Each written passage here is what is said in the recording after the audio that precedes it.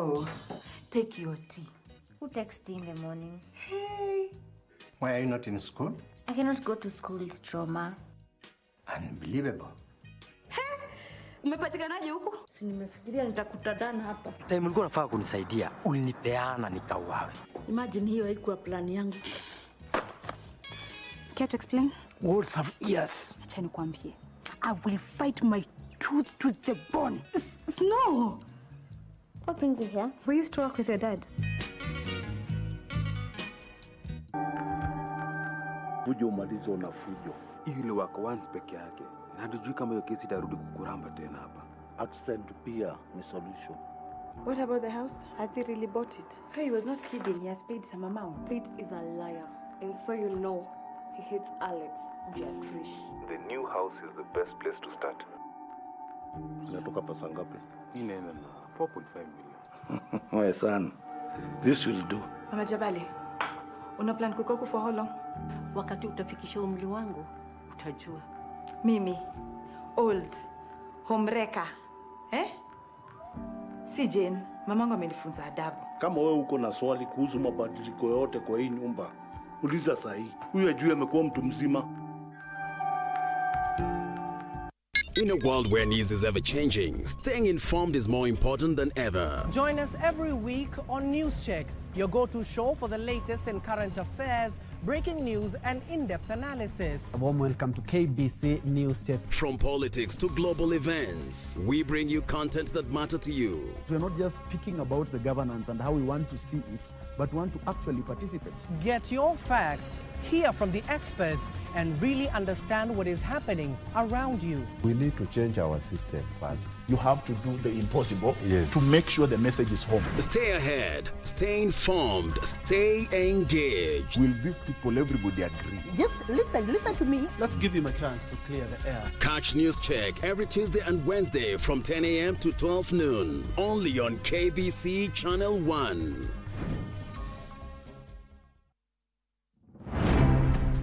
Je, umewahi kuwa na deni ya KRA? Basi usiwe na shaka. KRA wakishirikiana na KBC wamekuandalia roadshow murwa kabisa. Jiunge nasi tukufahamishe kuhusu KRA Tax Amnesty Program na jinsi utakavyoweza kusamehewa adhabu na riba na KRA. Pia tutakuwa tunakusaidia kujaza fomu za kodi za mwaka 2024 na kukusaidia na huduma za KRA kwa mtaa wako. Ijumaa tarehe 6 na tarehe 7 mwezi Juni tutakuwa na mobile clinic mjini Machakos, Club Leo Parking Space. KRA, tulipe ushuru, tujitegemee.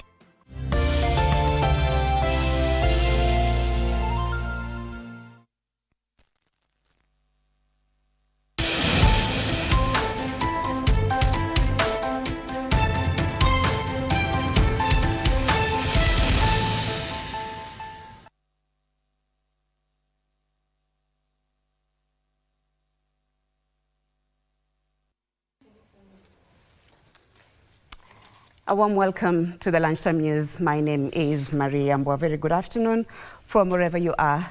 And a lot happening across the country, including the IBC vetting that is going on at the Parliament before the Justice and Legal Affairs Committee at the moment. And also the Slovenia president is in the country for a 3-day state visit. We'll be expecting to go live there. Our reporter that is Giverson Minor is there.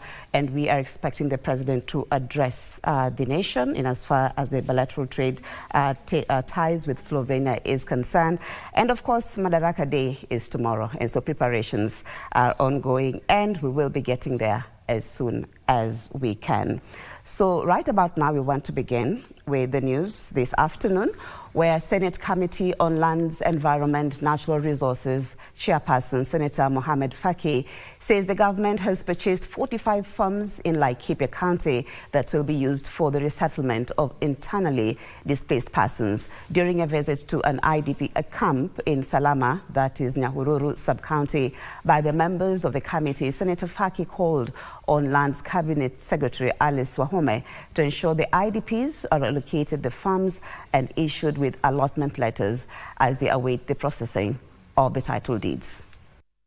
Haina faida serikali inunue mashamba ikae bure miaka 10. Leo mmekaa hapa mnatarajia kupata misaada. Lakini mimi najua kama mngekuwa kila mtu ana shamba lake, angekuwa hakuna msaada tutataka hapa. Wote hawa tutamuita waziri ili tuhakikishe kwamba haya matatizo tumeyamaliza kabisa. Kama wakilishi wa wanawake, chairman, tafadhali, those guys affected are most women and we have to take initiative. I will support you in your committee. I'm there. Mashamba ambayo yaliyonunuliwa na serikali miaka ya pale mbeleni sana, mtuongoze ili tuweze kufika kwa runs. Mashamba ambayo hayakuwa yamepatianwa, hawa waadhiriwa wapewe, na ili waache kukaa katika hii hali walio. To matters health, where mental health stakeholders have called on the government to urgently set up more rehabilitation and mental health centers in Yambo County and across the country, citing a sharp increase in mental illness cases among Kenyans. Speaking during a Mental Wellness Month event at the Ambassadors Wellness Center, a coalition of psychologists, religious leaders, and community representatives identified several root causes of the crisis. These include unemployment, economic hardship, drug and substance abuse, poverty, peer pressure, family conflicts, and social isolation. The stakeholders stressed the need to integrate mental wellness programs into schools, workplaces, and community settings to promote early intervention. If you feel that you need to talk to someone, please seek help. Kwanza nikianzia pale na the smallest unit kwa nyumbani ni familia. Please talk to someone because mental health is there, issues are there. Na si ati tukiongelea leo yanaisha. Haya ni mambo yanayozidi, tunazidi kupambana nayo vile maisha inasonga. I would like the government also to enroll more people in this profession of counseling and psychology, set up facilities to help such people who are really wanting or need to be helped. So we need a lot of institutes. I think every constituency or ward is supposed to have a mental hospital or a mental facility, so that people who can't afford these private facilities can also get help from the public facilities.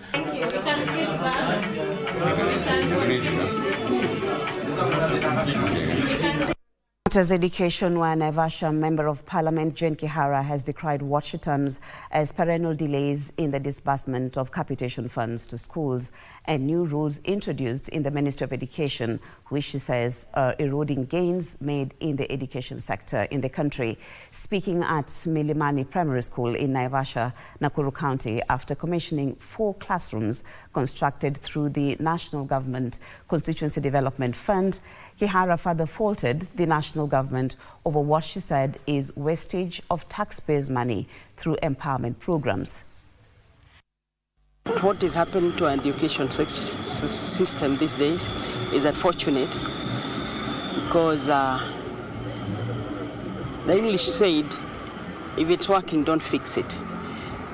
Now, our system was working.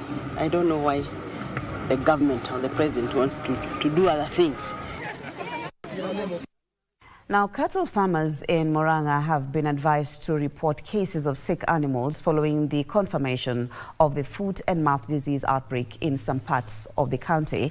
Deputy Director for Veterinary Services, Dr. Jane Njuguna, says it's important that farmers remain calm to avert the possible spread of the disease. Dr. Njuguna spoke at the kennel, Murang'a South, during a public consultation forum for the proposed Veterinary Services Development Fund Draft Regulation 2024, aimed at reviewing funding for the sector.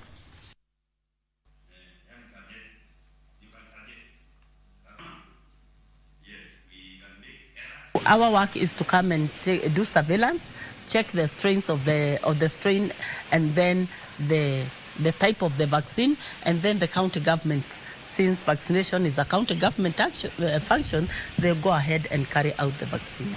All farmers or animal transporters should always get a livestock movement permit from the veterinary office, so that we are able to check the movement control of animals from one place to another. This is to reduce the spread of diseases. If there are changes to be changed, we would like it to be changed such that for whatever is to be invested and the funds to be deposited in certain banks, we should involve public participation on both.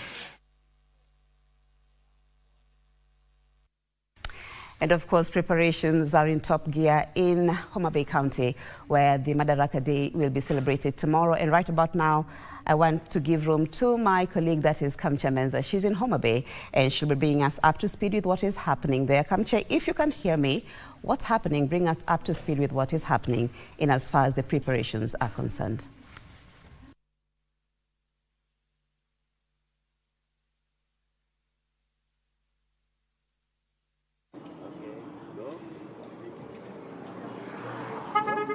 Well, Yambo, like you said, we are coming to you live from the county of Homa Bay, County 043, the county that will be hosting the 62nd Madaraka Day celebrations. That is tomorrow, the 1st of June, the year 2025. And where I'm standing right now is outside the Raila Odinga Stadium, the stadium that will be hosting these celebrations tomorrow. And I'm outside here because I just want to engage the residents of Homa Bay County just to get a feel of how what their opinions are about the celebrations coming to Homa Bay County. How has it impacted the economic activities? Karibu sana. Maybe you could start with your name. Yes. Then tell us how do you feel about Madaraka Day coming to Homa Bay County? My name is Duncan Okoth. I'm a resident here. I'm a student in Tomboya University. What I want to say that as a resident of Homa Bay County, we are feeling very nice. But what I want to tell the president, that the comrades of this particular university, they are living in structures, Mabati structures, that we need, as much as you are doing a lot of development, also look the way you can make affordable housing to help the comrades of this particular county. Yeah. You've said you are happy because Madaraka Day has come here. What exactly has it done to you? What is the impact exactly? As you see, the roads, the way vehicles are moving, they're moving in a very nice manner. And also the stadium Raila Amolo Odinga has also been constructed in a very nice way, which is a very nice thing. Okay. Yes. Thank you so much. Kindly, I'm again joined by another resident. Jitambulisha, alafu tueleze unahisi aje kuhusu Madaraka Day kukuja katika kaunti ya Homa Bay? My name is Sasso Felix Ogutu. I'm a resident of Homa Bay County and I stay within Homa Bay town. We are very happy that the president and the government decided to bring us the Madaraka Day. Madaraka Day means that it's the time when Kenya got its self-independence, self-rule. So Africans are ruling Africans on their land. So we are celebrating this day because we are not in bondage again of the British government. Now, this function, this day, has impacted our county very, very much.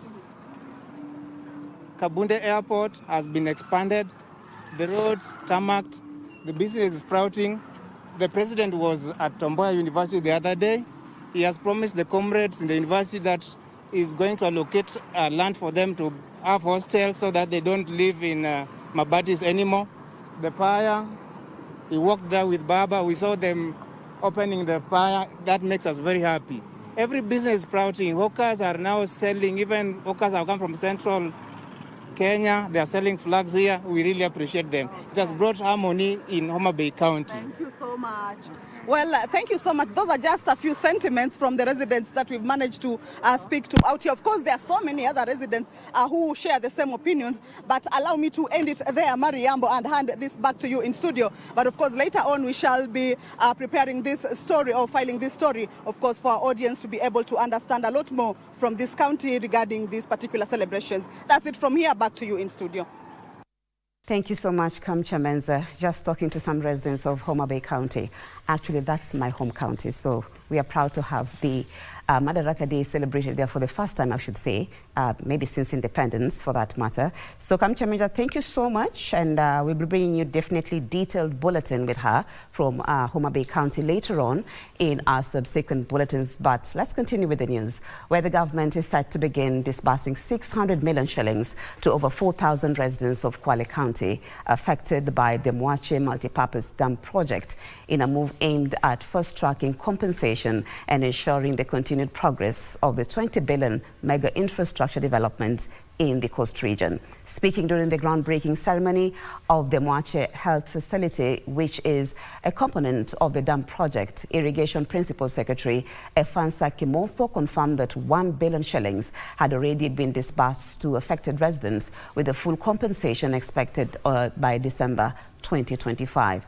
Kwale Governor Fatuma Achane lauded the transformative impact of the project, including the development of health infrastructure, road networks, which she said will be transformative.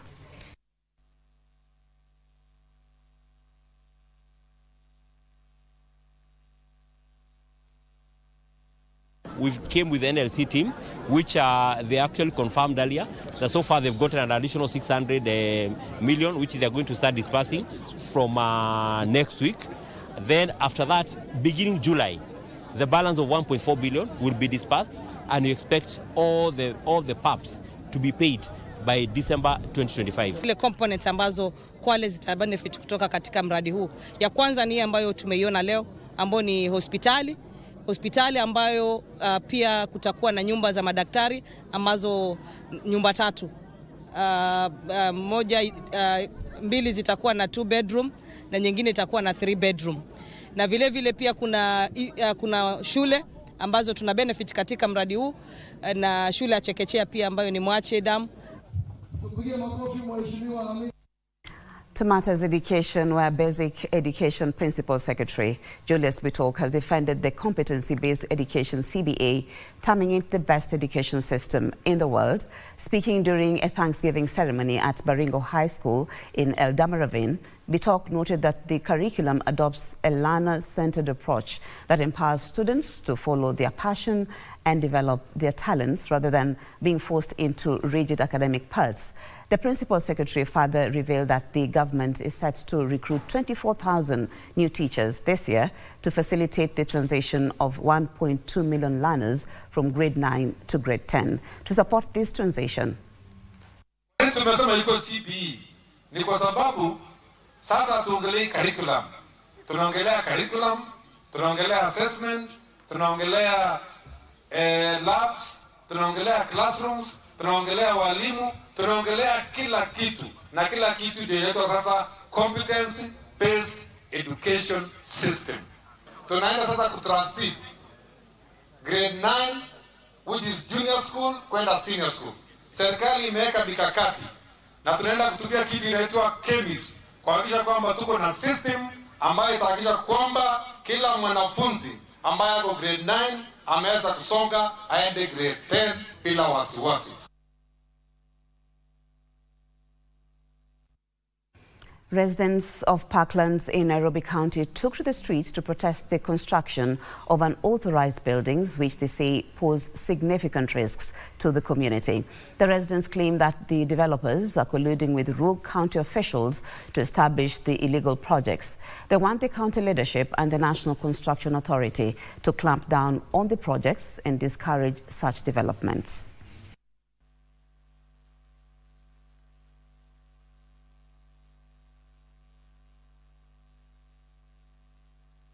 Main concerns is the sustainability of this project, the magnitude of it, because it is absolutely huge for the area. Will the infrastructure be able to accommodate such a big development on such a small road? Where they're supposed to tell us what's going on, and now they've started excavation without permits, without authorization. And as we speak, it's causing a lot of havoc among the Parklands residents, especially along the Jalaram Road. We take a break on that note. I'll be back with more news, including sports. Stay with us if you can.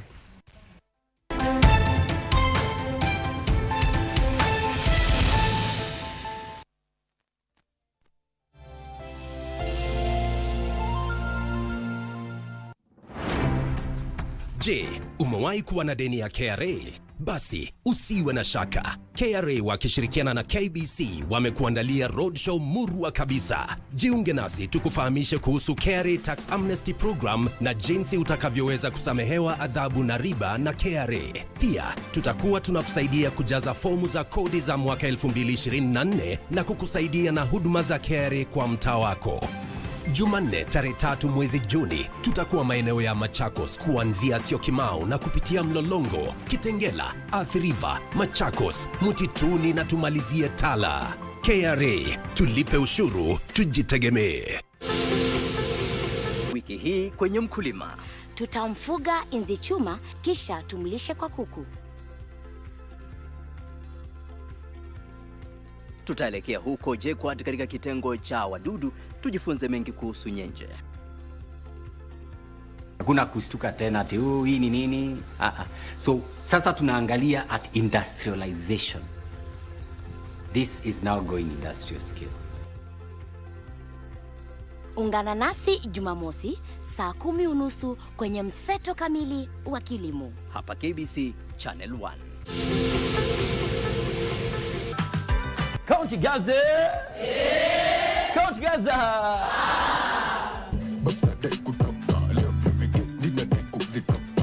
Wanafunzi wa shuleni, onyesha adabu yako. Yesu nipende leo kuliko jana.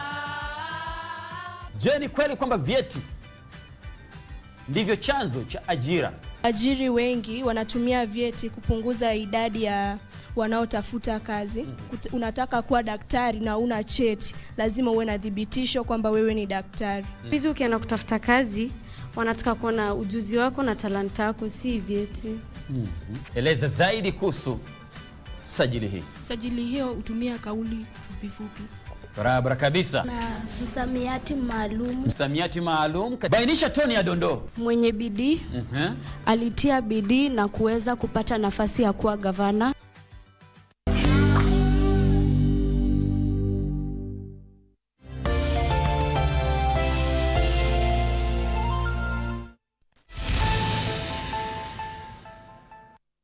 Thank you for staying with us. Just to remind you that the IEBC nominees vetting is currently going on in Parliament before the Justice and Legal Affairs Committee. And of course, my colleague Giverson Maina is in State House, where the Slovenian President Nataša Mursar is on a three-day state visit, and will bring you a briefing by the President and his counterpart from Slovenia later on in the day. But right about now, we continue with the news where the national government's ongoing efforts through the SACCO Societies Regulatory Authority, SARSA, to implement reforms aimed at strengthening the cooperative sector through improved governance and accountability are receiving growing support from key stakeholders in the industry. This comes amid complaints of mismanagement of SACCOs and poor handling of members' funds.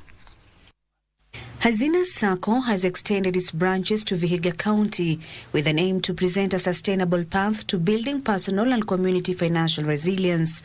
Speaking during the launch, the organization's Chief Executive Officer, Dixon Okungu, commended the Sacco regulatory body, SASRA, for its efforts to implement reforms aimed at ensuring proper management of cooperative members' funds. Regulation is the way to go, and SASRA, as the government agency in charge of regulation, has been able to put in place very good mechanisms of ensuring that member funds are handled well. Yes, whatever happened in the recent times. He noted that the reforms are restoring confidence among members and attracting more people to join cooperatives. So what we have been doing before in our satellite offices to give serve members, the existing members, and also try going out to reach out to potential people to be members. But here we are now we want to offer more services, financial services like now the agency banking services here, where we are able to do. You just need to fill a form, and the minimum savings you need to save in a month is 1,000 shillings. You can save as much as you want, but the minimum is 1,000. Our maximum loan is at 40 million, and we are on a multiplier, and we encourage all our members to come in and pick loans because they are friendly. Our interests are friendly. It is at this forum where members encourage other citizens to invest in cooperatives despite the prevailing economic challenges. Kasichana Masha, Lunchtime News.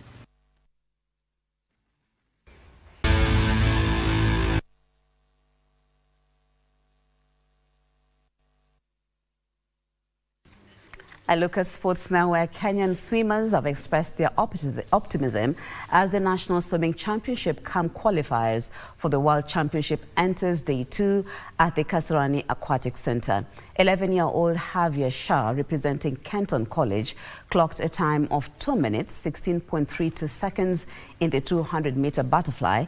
She described the experience of competing in the national championship as humbling and expressed her hopes of representing Kenya at the World Aquatics Championships. Max Kanyarezi, meet director of the ongoing Kenya Nationals, praised Kenya's preparedness in hosting the event, highlighting the high-quality pool and supporting infrastructure. He noted that the times recorded during the event would be considered in selecting athletes for the upcoming Senior and Junior World Aquatics Championships. Number 4, Annabelle Crocher from Brave Super. Number 5, Keza Kanisa from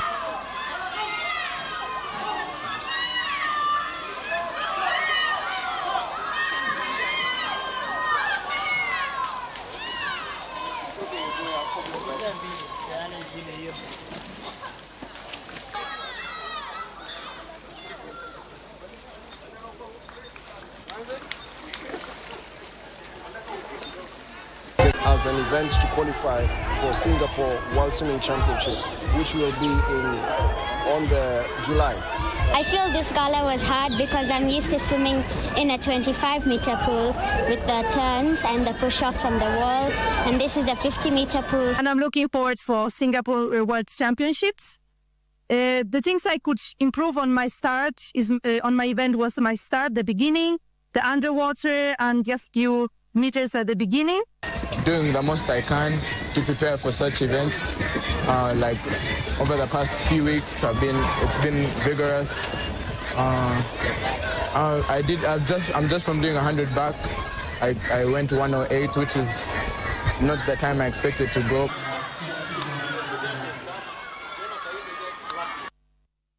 To some golf now, where Uganda's top professional golfer, Ronald Rugumayo, has urged fellow professional golfers in Kenya and around East Africa to take advantage of the Sunshine Development Tour, East Africa's swing, to elevate their golf and boost their chances at international events.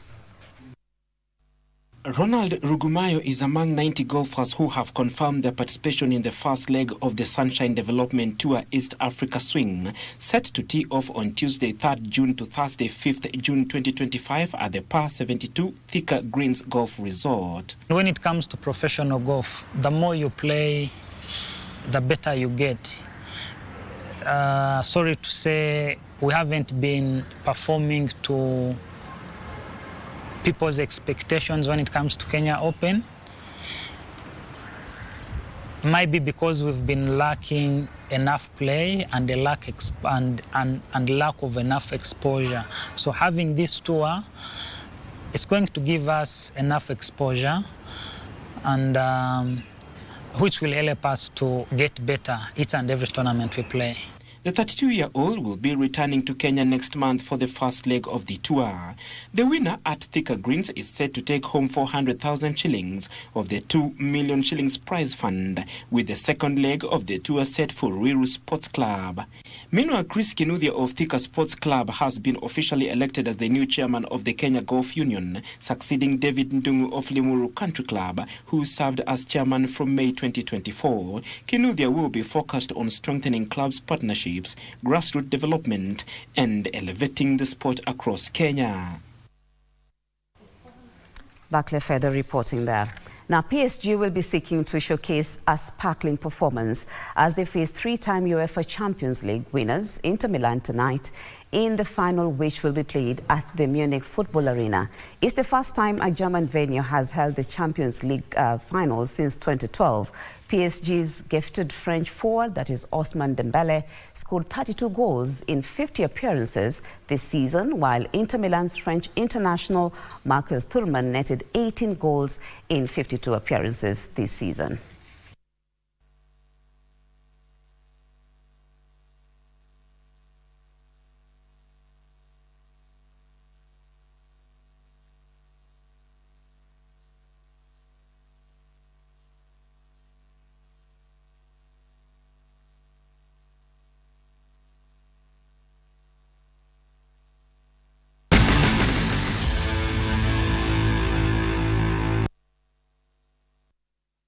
And from sports, a look a little bit to some news where the government has been urged to increase investment in technical and vocational education and training TVET institutions, as they have proven effective in creating employment opportunities at a faster rate and enabling youth to earn an income sooner through wage-paying jobs. This appeal was made during graduation ceremonies at the Kasarani Technical Training College in Nairobi and Beacon Technical Training Institute in Kajiado County. During the inaugural graduation ceremony at Kasarani Technical Training College, 900 students graduated with certificates and diplomas across various disciplines. Principal Secretary in the State Department of TVET, Dr. Esther Mworia, called on TVET institutions to make the most of their limited resources and strive to transform the sector.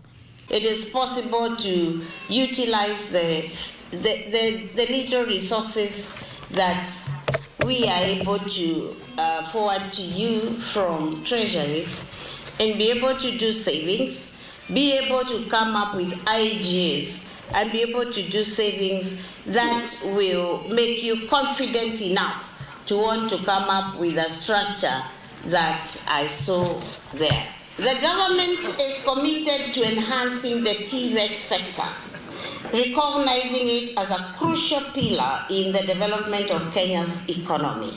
Kasarani Member of Parliament Captain Ronald Karauri urged the young generation to embrace technology to change their future.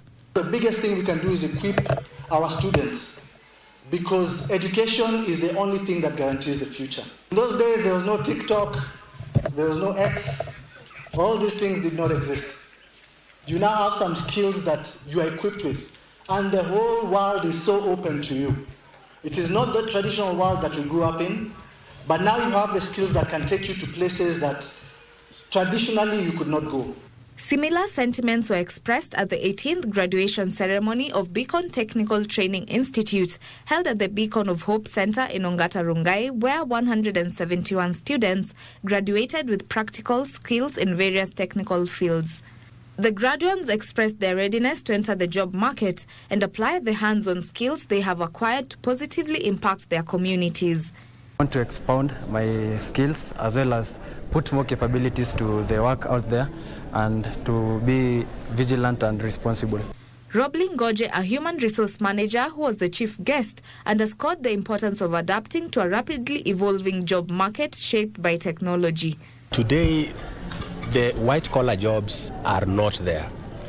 The vocational training then gives the graduates an immediate opportunity to do work that can generate income for themselves and also to serve other people that rely on them. Stakeholders emphasized the need for further government support, not only in education but also in providing startup capital and creating industry linkages relevant to their areas of training. We teach them about entrepreneurship and how they can use that skill to transform it to be an income generating for themselves. We ensure that they go for hands-on experience in companies where they can actually learn best practice, because we may not have all the tools that are needed, but also that discipline of working under someone. And majority, because we focus quite a bit on character, are absorbed in the job market. Meanwhile, national polytechnics and TVET institutions in the country have begun implementing the competency-based education and training modularized program, which breaks down training into smaller independent modules targeting specific skills. This program is slightly different from the rest in the manner, one, fairly focused and sequenced in the way the students will acquire the skills. That is, each unit of skill is complete in itself, and the learner can, once they have mastered this, can proceed to join market placement, job placement, and later they can still resume training. According to stakeholders, this modular approach promotes greater flexibility, responsiveness, and inclusivity in skills development, making it more aligned with industry demands and the evolving needs of the workforce. For Lunchtime News, I'm Christine Matunda. Thank you, Kristen Matunda, for that report. And that report by Kristen Matunda brings us to the end of the bulletin this afternoon. A very good afternoon from wherever you are. And just to remind you that we are on standby just to bring you what is happening at State House Nairobi, where my colleague Giverson Maina is on standby just to bring us up to speed with what is happening as far as the bilateral talks are concerned. Slovenian President Nastasa Musar is actually in the country for a 3-day state visit. I'm told we can actually go there right away. My name is Maria Yambo, and I hand you over to State House.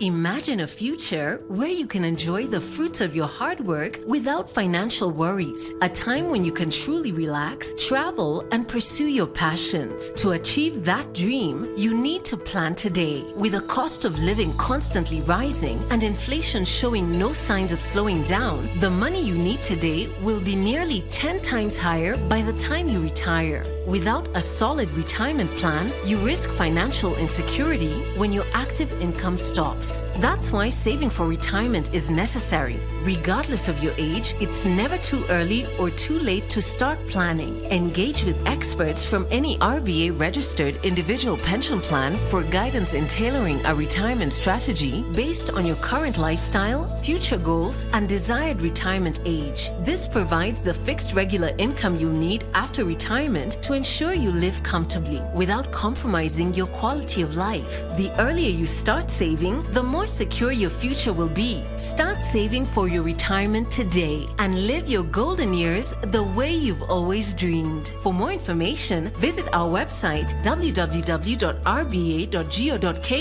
call our toll-free line 0800 720 300 or email info@rba.go.ke. Secure your future. Secure your peace of mind. RBA, safeguarding your retirement benefits.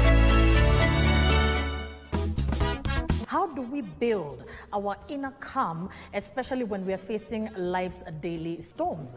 Let's take a deep breath. Let's settle in as we discuss how to thrive from the inside out. Stress is anything that comes in when you have a lot on your table and you're not able to define them.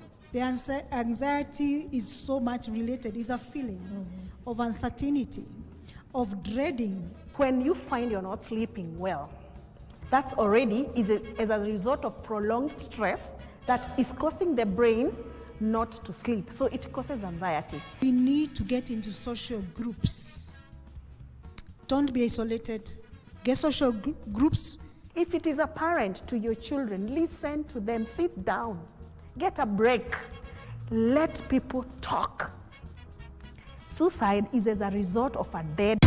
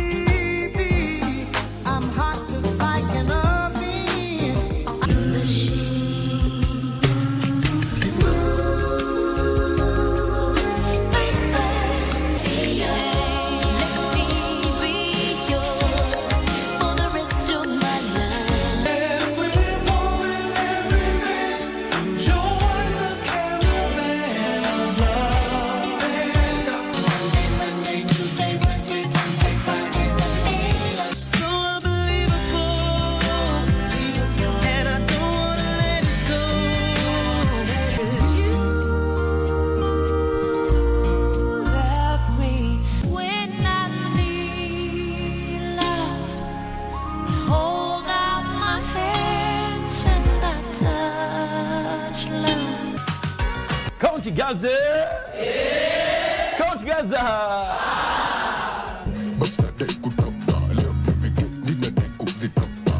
Wanafunzi wa shuleni, onyesha adabu yako. Yesu nipende.